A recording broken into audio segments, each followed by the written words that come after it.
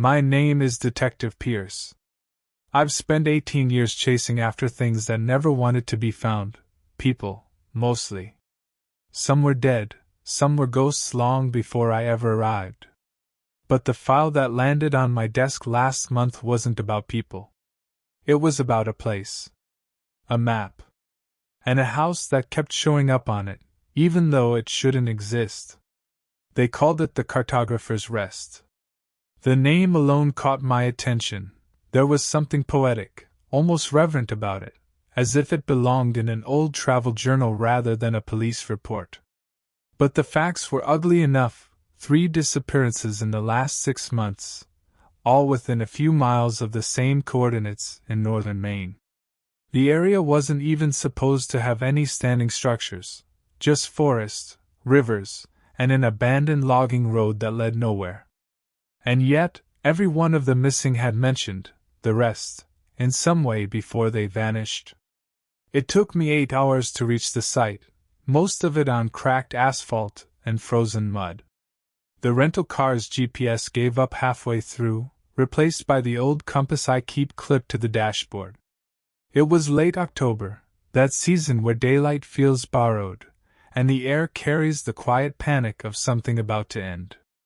The locals in the nearest town, Ashcombe, spoke about the Cartographer's Rest in the same way people talk about a bad winter: inevitable, unpleasant, but not something worth arguing with.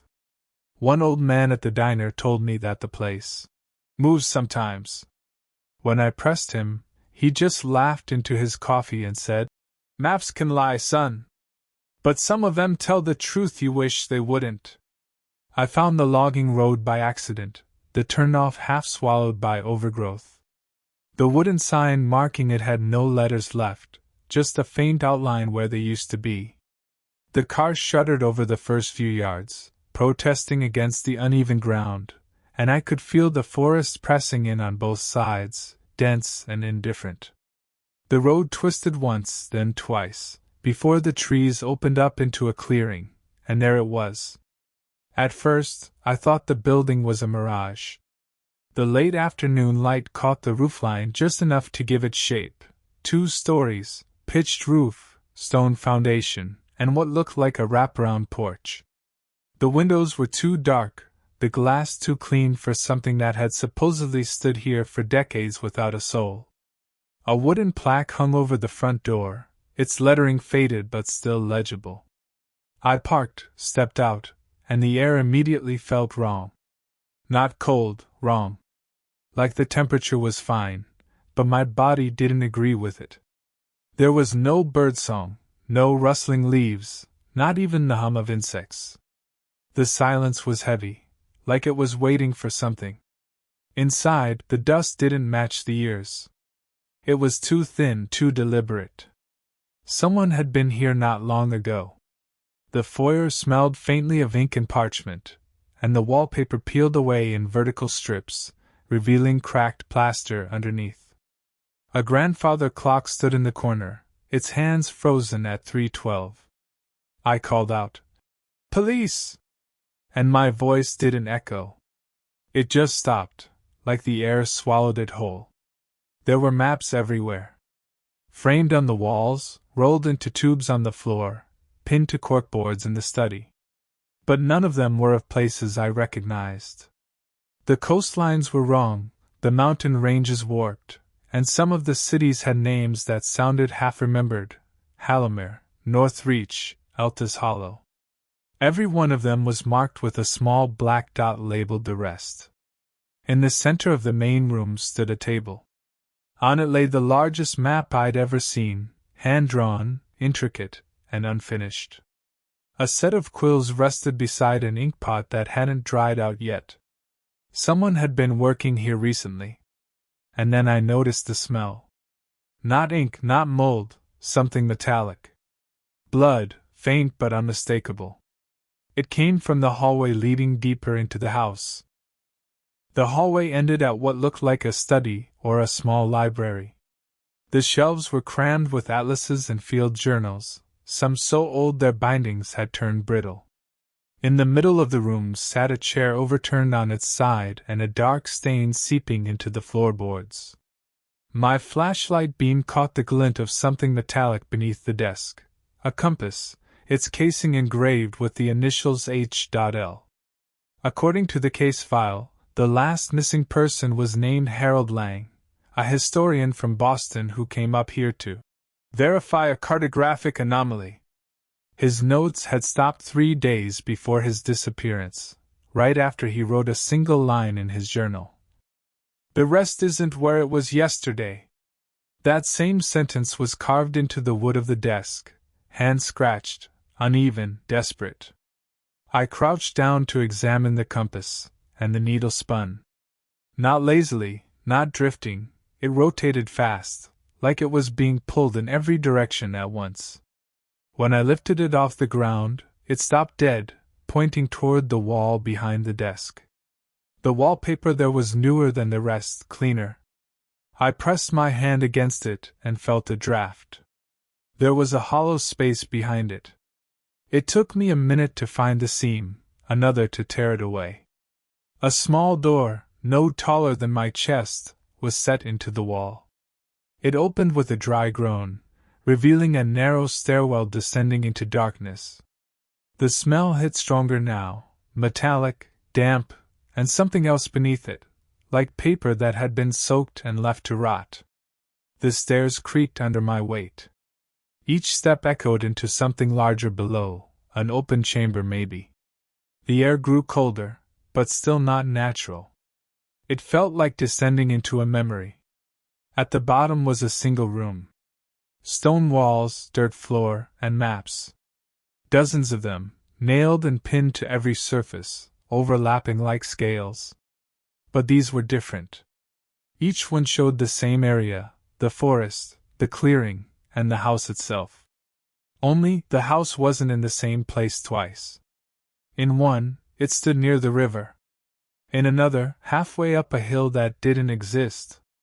Some maps placed it inside the treeline, others at the center of an impossible maze of roads. Yet all bore the same title, handwritten in dark ink at the top. Pinned to the largest map was a photograph. Grainy, black and white, the kind you get from an old Polaroid. It showed a man standing outside this very house, smiling faintly.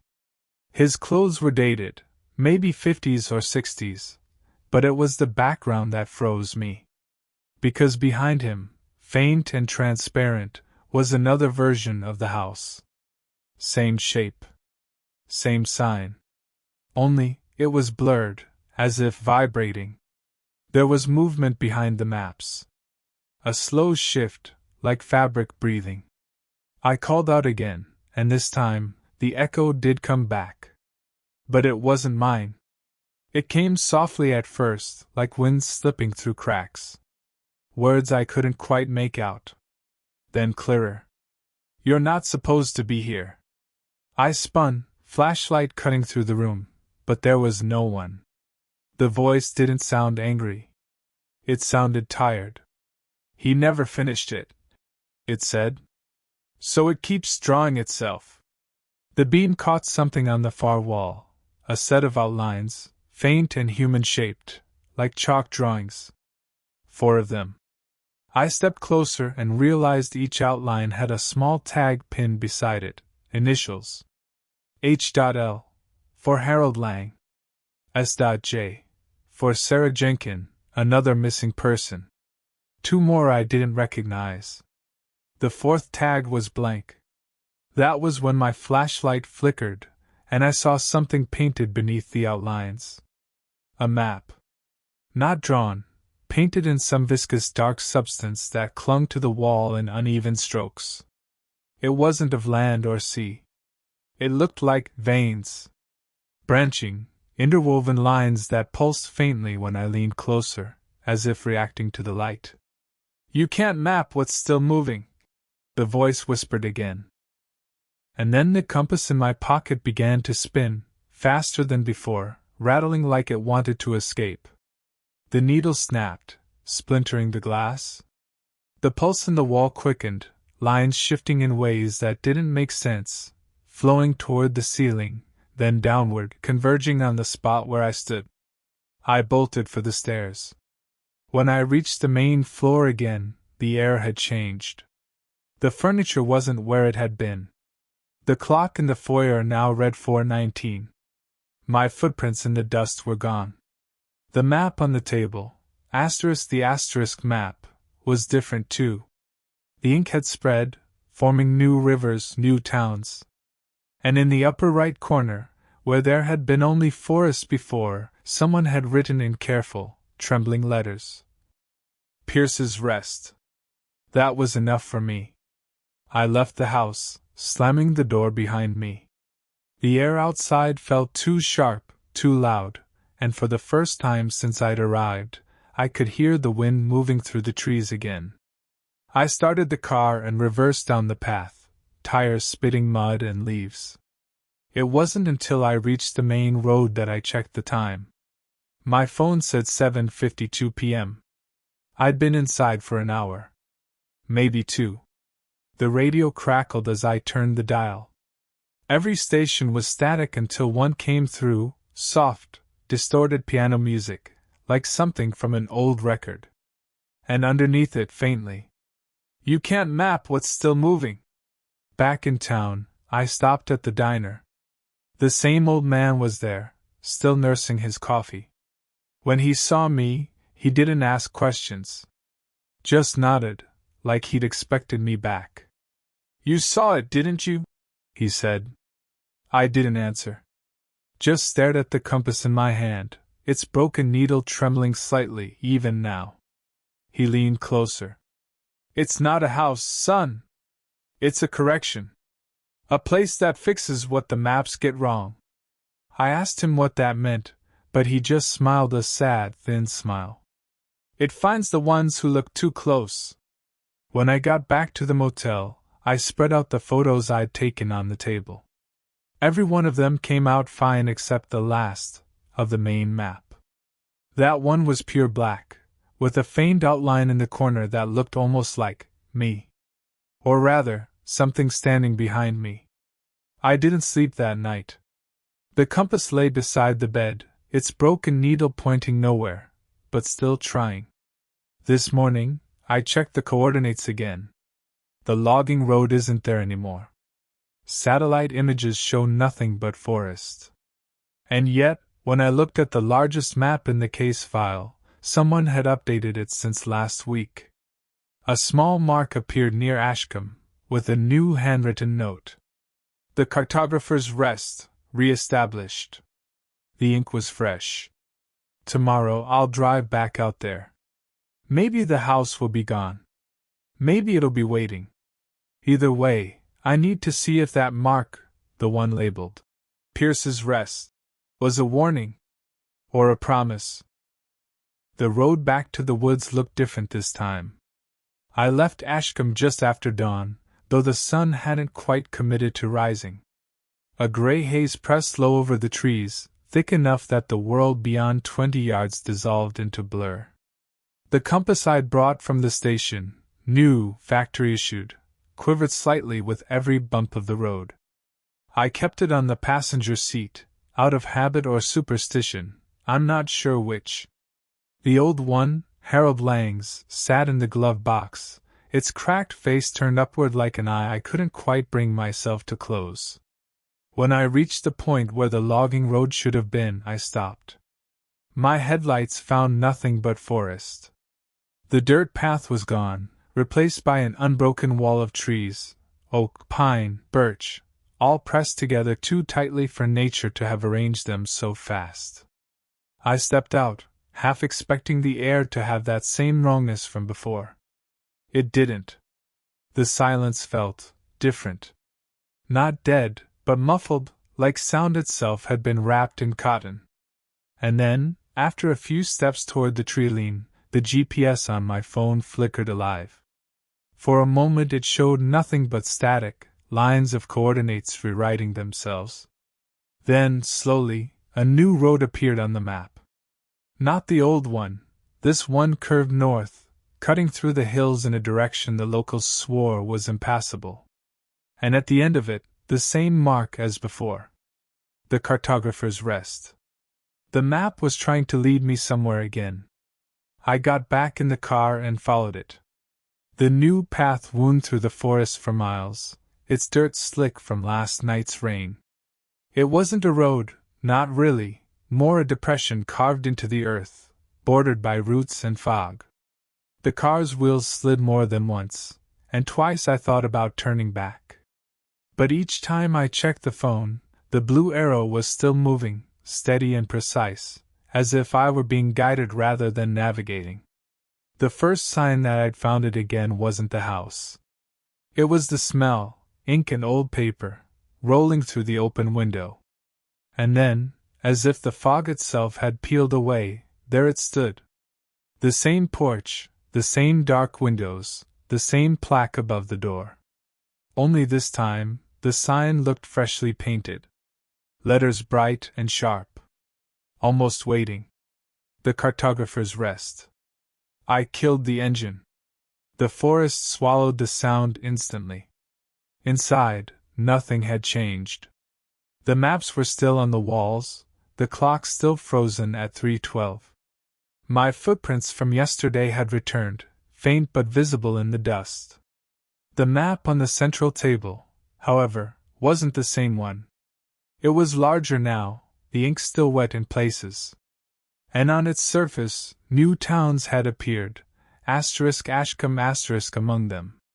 The name was written neatly, and just beneath it, in smaller script, Pierce, arrived. I wasn't alone. Someone, or something, was still updating this place. I moved deeper into the house. The smell of damp paper and something metallic guided me to the study where I'd found Harold Lang's compass. The blood stain on the floor was gone. The books on the shelves had been rearranged. And on the desk, a note lay folded in half. Plain white paper, ink still glistening. If you return, follow the red lines. Don't stop where they intersect. No signature. Just a faint fingerprint smudged into the corner. I turned slowly, scanning the walls. No red lines. Then I saw them, thin strokes of red ink running across the wallpaper near the ceiling, like veins threading through plaster. They curved down the hallway, faint and deliberate. So I followed them. The red lines led to a door at the end of the hall I hadn't noticed before. It was old but intact, handle polished from use. Behind it was a narrow corridor sloping slightly downward. The air grew heavier the deeper I went. It smelled of dust and iron, and every step echoed twice, as if something else was walking just behind me, one pace late. The corridor opened into a circular room I hadn't seen before. Maps hung here too, but not of land or geography. They looked like diagrams, cross-sections, layers, tunnels spiraling beneath the house. Some of the drawings labeled depth levels and corrections in progress. In the center stood a drafting table covered with parchment. A man sat behind it, his back turned to me. His hair was white, long and unkempt. His hand moved slowly across the paper, quill scratching in uneven bursts. "Mr. Lang?" I asked. The hand paused, but he didn't turn. "You're not him," the man said. His voice was soft, brittle, like something that had been left out in the weather too long. "No," I said. "Detective Pierce. I'm investigating the disappearances." He chuckled faintly. "Then you've already disappeared, Detective. You just haven't realized it yet." He turned, and for a moment I thought I was looking at Lang. The features matched, almost. But the skin was too pale, the eyes too hollow, as though drained of color. His fingers were stained red, not blood, but ink. "What is this place?" I asked. "The Cartographer's Rest," he said simply. "Where maps end. Where the world stops pretending it's fixed." He gestured toward the parchment in front of him. It wasn't a map, not exactly. It was a maze, endless corridors drawn in careful, obsessive lines. And at the center, a small square labeled the rest. You've seen it move, he continued. The house. You think it changes location, but that's not it.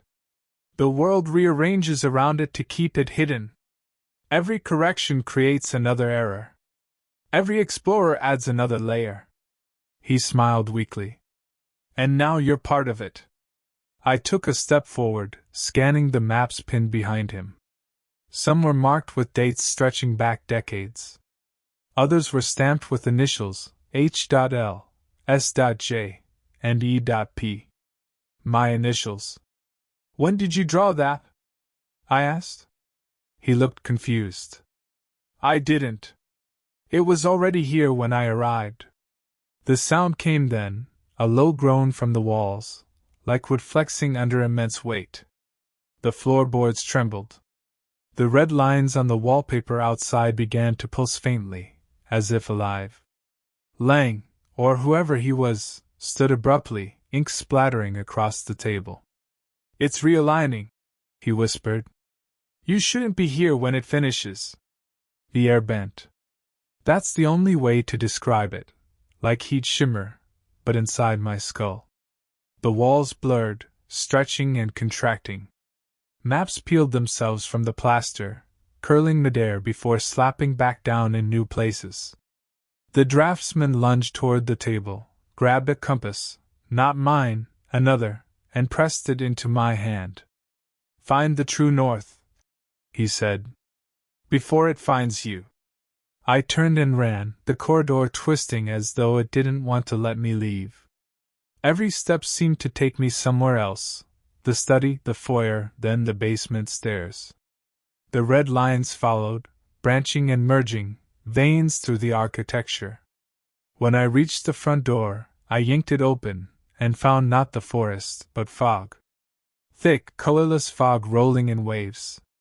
The air hummed faintly, an almost electric vibration. Behind me, the house groaned again, deeper this time. And then the voice from before, quiet but close. You can't map what's still moving. I bolted forward anyway. I woke up in my car, parked outside the motel in Ashcombe. The morning sun burned through the windshield. My clothes were damp, my hands streaked with red ink. On the seat beside me lay the compass Lang had given me, its needle trembling, pointing not north, but east. Toward the forest. I checked my phone. The last photo in my gallery showed the house, taken from a distance. But the timestamp was wrong. 2 weeks old. I hadn't taken it. The map on my passenger seat wasn't the same either. It was smaller now, incomplete, and in the corner, someone had written a single note in red. You drew your way out. For now. I don't know what that means. But the compass hasn't stopped trembling since. And when I close my eyes, I can still hear the quill scratching. The rest isn't done with me yet. I didn't go back right away. 3 days passed in Ashcombe, and each one stretched longer than it should have. The air in town felt heavier, like the whole place was leaning toward the woods. Every morning I woke to find something slightly different in my motel room. My coat hanging where I hadn't left it, my shoes turned toward the door, the compass on the nightstand always pointing east. I told myself I was imagining things. That the house had just shaken me more than I wanted to admit. But then the phone calls started. At first it was static, bursts of noise that ended before I could answer. Then a voice, faint but certain, the same phrase over and over. You're on the wrong side of the map. I checked with the front desk. The calls weren't coming from any traceable number. One of them, the clerk swore, had rung from inside the motel's own line, room 5. My room was 5. On the 4th morning, I found a note slid under my door. Cartographers don't make maps. They find them. No signature. No handwriting I recognized. Just those words, written in red ink. That was enough to get me moving again. I needed answers that the woods wouldn't give me, not yet. If the cartographer's rest was a fixed point that moved, it had to be recorded somewhere, at least once. That meant archives. Old maps. Records no one had looked at in decades. Ashcombe's public library sat on the edge of town, a brick building that smelled of mildew and forgotten winters.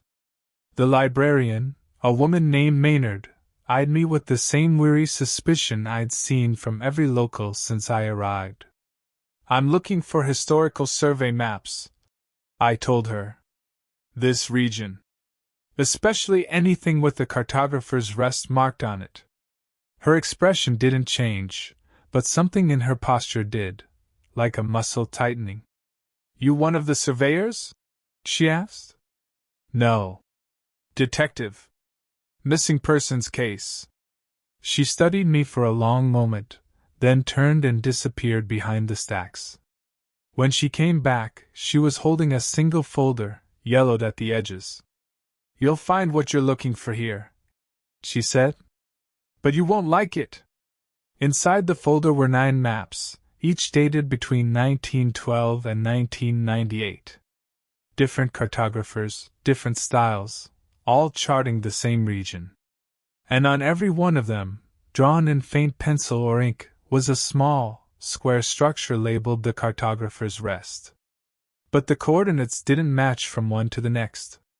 On some, it lay miles apart. On one from 1943, it appeared twice, connected by a thin red line. That map carried a note scrawled in the margin, asterisk. "Anomaly persists. Structure reappears post-realignment. Recommend cessation of all further surveys." Asterisk. The signature was faded, but legible enough, H. Lang.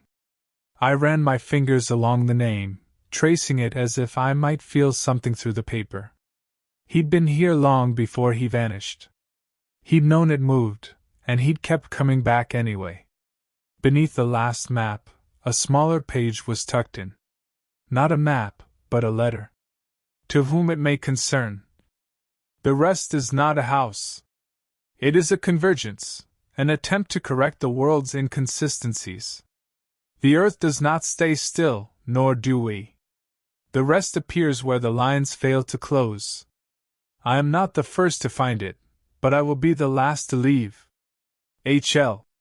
When I looked up, the librarian was gone. The room felt colder. I packed the folder and left. The drive back to the motel blurred. I remember the hum of tires, the rhythmic beat of rain on the windshield. But when I pulled into the lot, something in my chest went cold. My room wasn't there.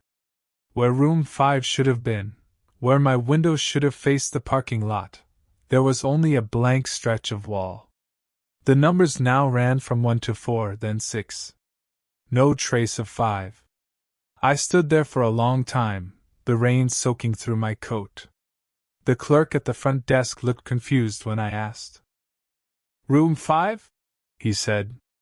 "We don't have a room 5, sir. Never have." I didn't argue. I just walked back outside. My car door was open.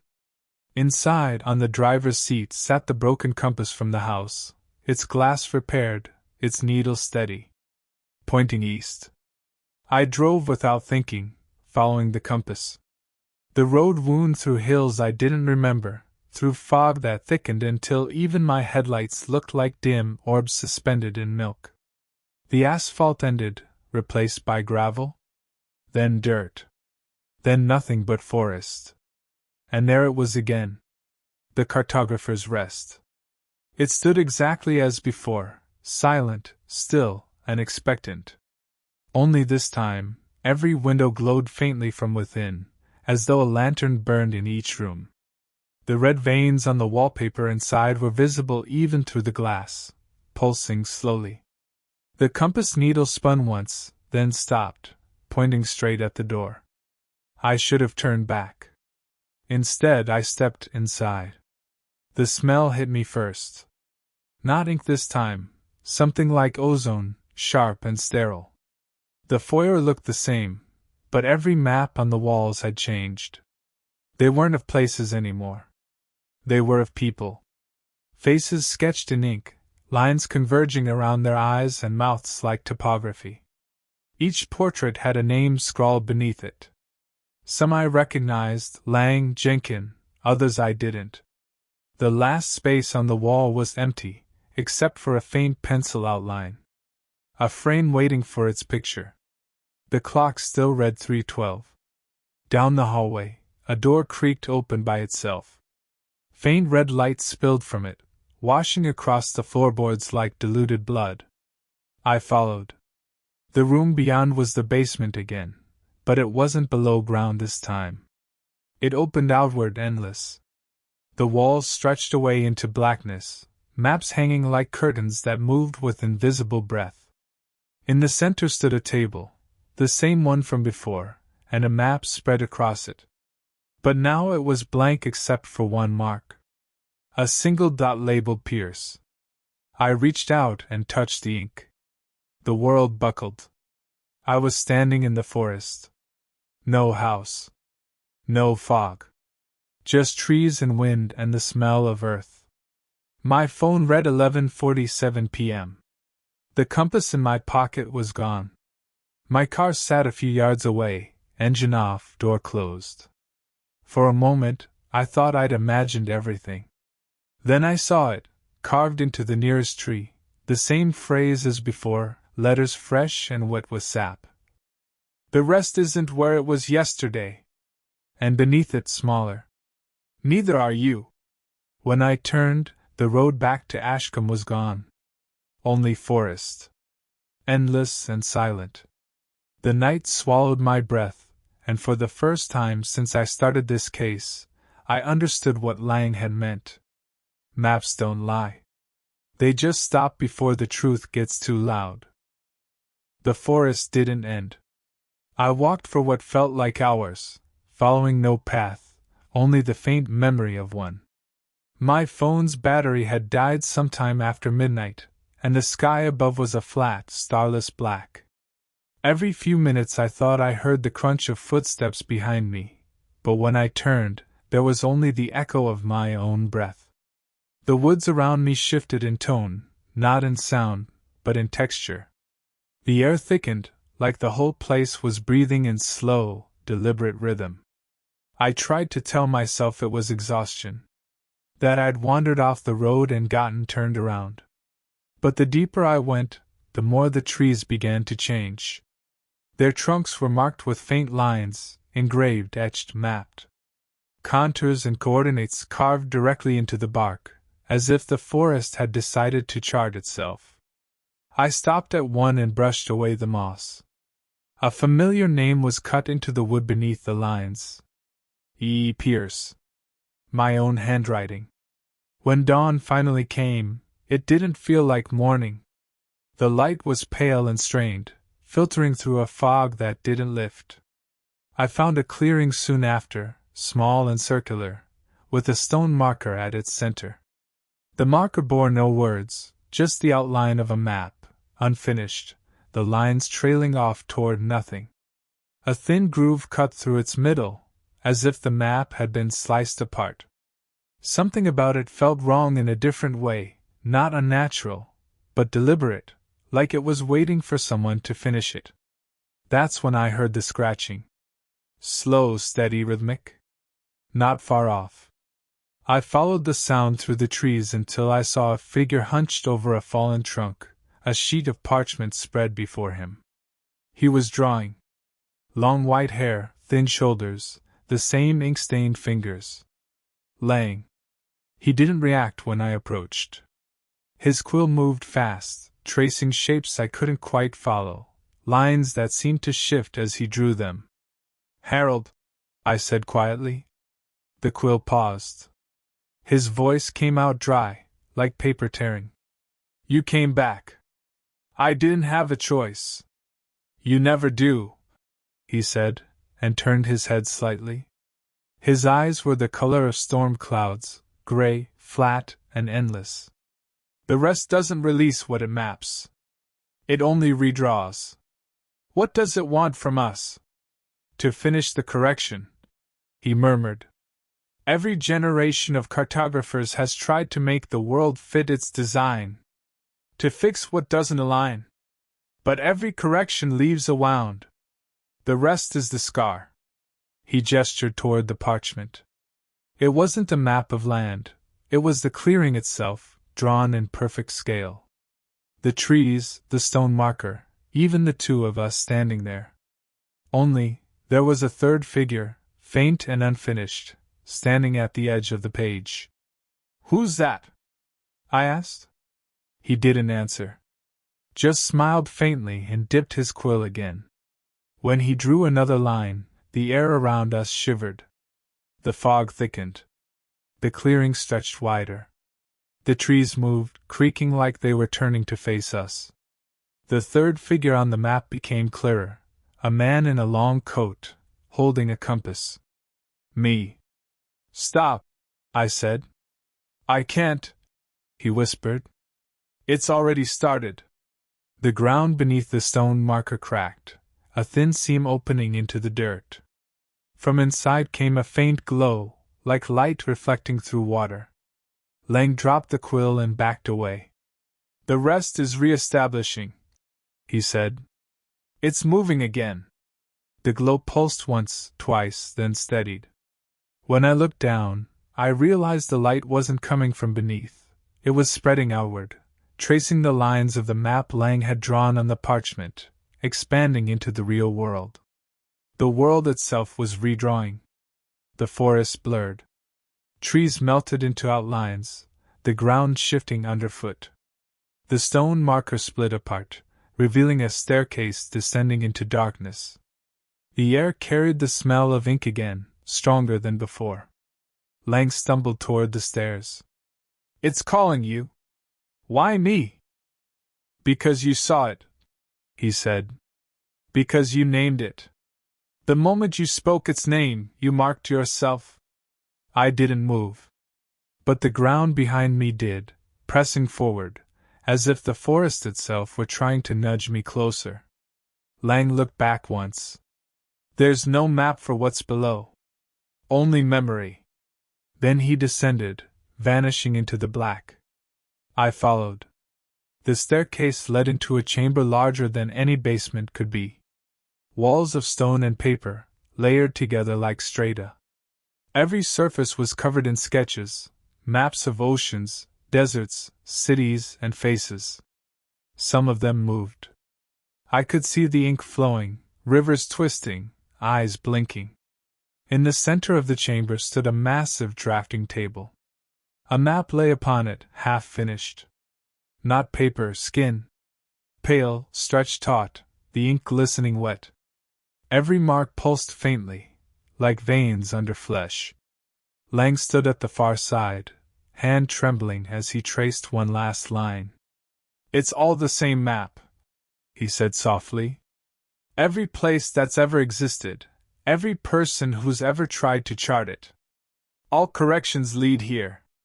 He stepped back and looked at me. "Finish it."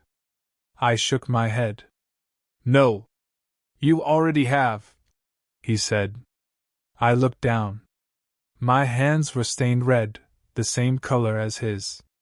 A quill rested between my fingers. The map before me shifted, my reflection rippling across its surface. I saw streets, houses, faces. Ashcombe.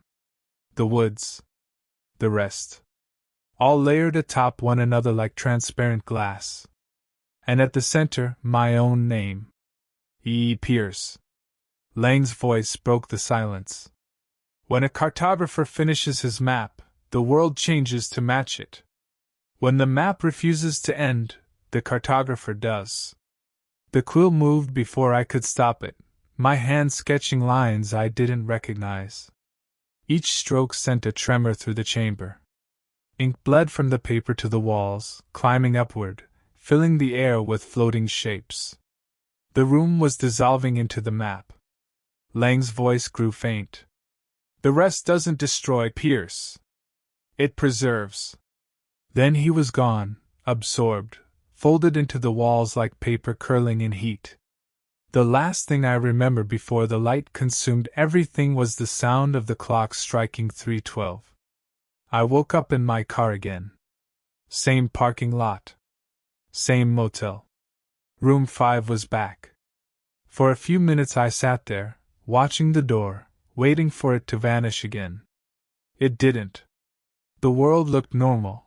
Sunlight, wind, distant traffic.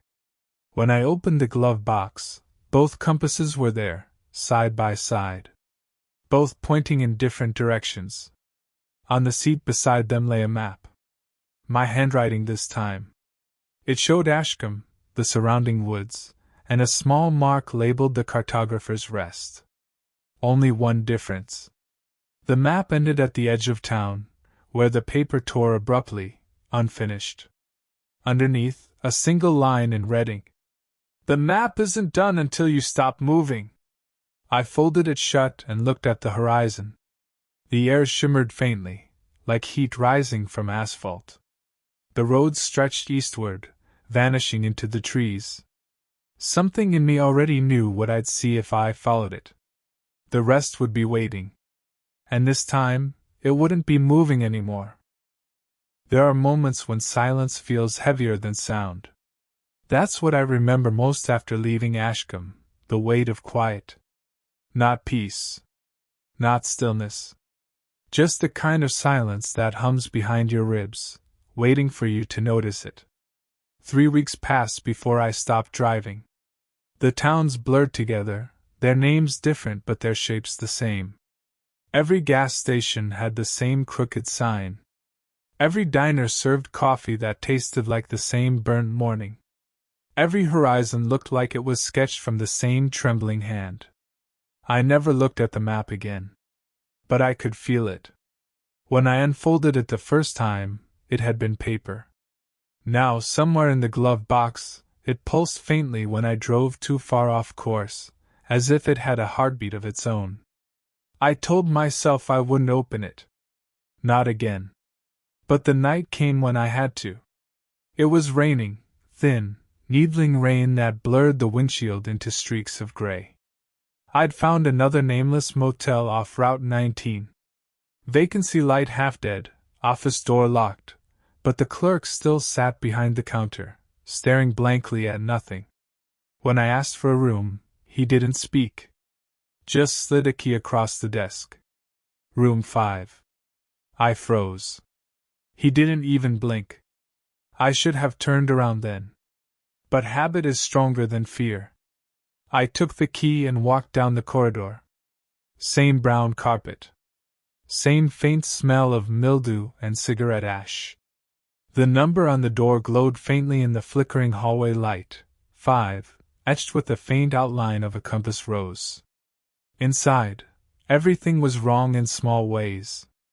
The wallpaper was a shade off. The bed was on the wrong side. The bathroom door didn't align with the frame. The mirror was missing. The lamp by the bed flickered in perfect rhythm with the thunder outside. And there, on the desk, was the map. Unfolded. Waiting. I stood there for a long time before sitting down. The surface beneath it felt warm. It wasn't paper anymore. It was skin again. The map had changed. I recognized parts of it: Ashcombe, the forest, the road leading east, but new lines had been added. Roads that didn't exist. Shapes of towns I'd never seen. And in the bottom corner, written in precise, deliberate script: Field Notes E. Pierce. I turned it over. A second page clung to the back. This one wasn't drawn in ink, it was written in red, the words etched deep, like cuts. Each mapmaker leaves a residue. The rest consumes what's left behind. The correction continues. A sound behind me broke the silence. Not loud. Just steady. The scratch of pen on paper. I turned. Lang was sitting in the armchair by the window. He looked older. Or maybe I did. His face was a ghost of itself, half shadowed, half light, his eyes reflecting the map's faint red glow. "Harold," I whispered. You're gone, he said simply. Mostly. But not completely. You didn't finish. I looked down. My hands were trembling. There were faint stains on my fingertips, ink or blood, I couldn't tell. You told me it was over, I said. I said it preserves, he murmured. You mistook that for mercy. He stood, moving closer. His shadow stretched unnaturally long, curling toward the map like smoke. Do you remember the first time you drew something that shouldn't exist, and it appeared anyway? The first time your chart corrected itself? I did. I'd been a boy, 12, maybe 13, sketching coastlines from an atlas my father kept in his study. I'd drawn a small inlet on the wrong side of the page.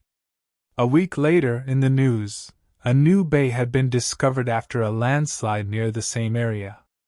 I hadn't thought about it in years. Lang smiled faintly. You've always been one of us. I'm not a cartographer. You are now. The walls began to ripple. Lines appeared along the plaster, faint, black veins spreading outward. The floor warped beneath my feet, stretching into grid lines. The ceiling dissolved into pale, shifting fog. Room 5 was redrawing itself. Lang stepped back, letting the ink rise around his legs. It didn't cling to him, it absorbed him, like he belonged to it. You can fight it, Pierce. But every time you open a map, every time you try to find your way, you feed it. What happens if I stop? He smiled. Then you'll never find home again. I looked down at the map. The red marks were moving now, lines crawling outward like living things. They reached the edge of the desk, spreading toward the floor. The forest reappeared. The clearing. The stone marker. My name carved beside it. And next to mine, another. Lang. The map pulsed once. Twice. Then the two names began to merge. I tried to pull back, but the ink climbed up my arms. Cold at first, then burning. The lines sank beneath the skin, etching themselves like veins of black glass. My vision blurred. The room bent inward. Lang's voice was faint now. It's not the place that traps us, Pierce. It's the act of knowing it exists. I screamed, but no sound came out. Only the rustle of paper. The map consumed the walls, the bed, the light. All of it folded into flatness, drawn inward toward the desk. Then silence. When I opened my eyes again, I was standing in the clearing. The sky above was gray, static and unmoving. The air was still. The stone marker was there, split as before, but now repaired, whole again. I walked closer. A single word was carved across its surface. Complete. There was no wind. No sound. No forest beyond the trees. Only stillness. Then, from somewhere deep below, I heard it, the heartbeat of the world. Slow, deliberate, patient. I looked down.